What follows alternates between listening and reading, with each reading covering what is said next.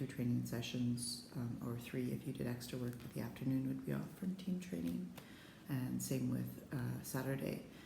Sunday was typically off team training, but again, often we would end up doing extra work or cross-training sessions on our own. In terms of off-season activities, we did do a fair amount of cross-training on the team.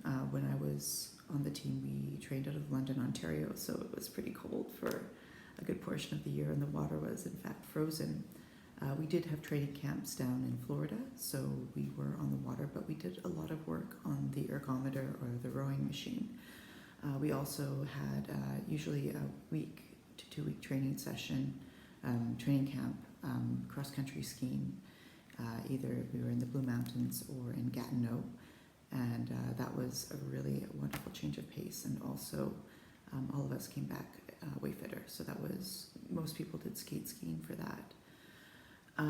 But not that we had too much time off, but mostly it was biking, swimming, running, that type of thing. And of course, sticking with the core and weights, which we would do on our own.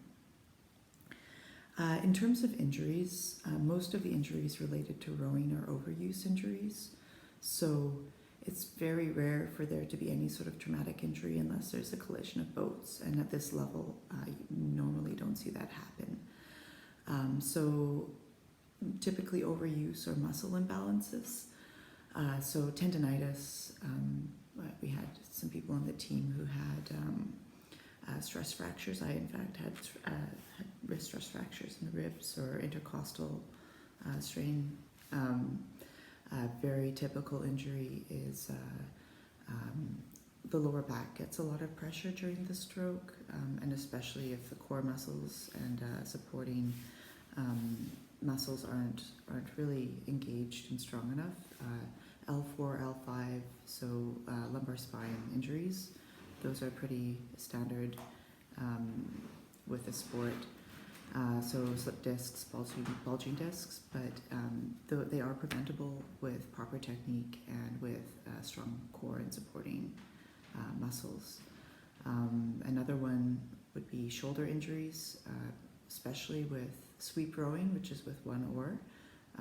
So people sometimes hyperextended their shoulders, and again, it's a joint and point where without proper technique and support, it could be an issue.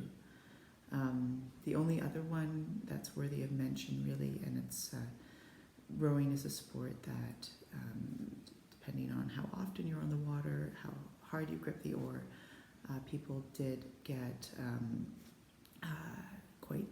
sometimes quite serious hand infections. So because you'd be rowing with open blisters, and sometimes that could lead to swelling in the hands just because they're compartmentalized, and so never a good thing.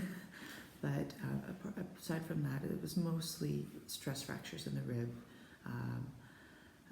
intercostal muscles strained, which feels pretty much like the same thing, and lower back injuries.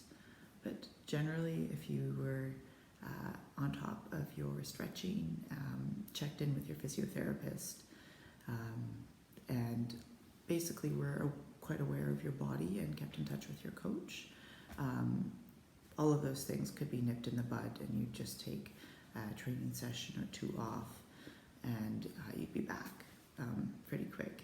And you learn fairly quickly as an athlete to listen to your body and to communicate with your coach and with your physio,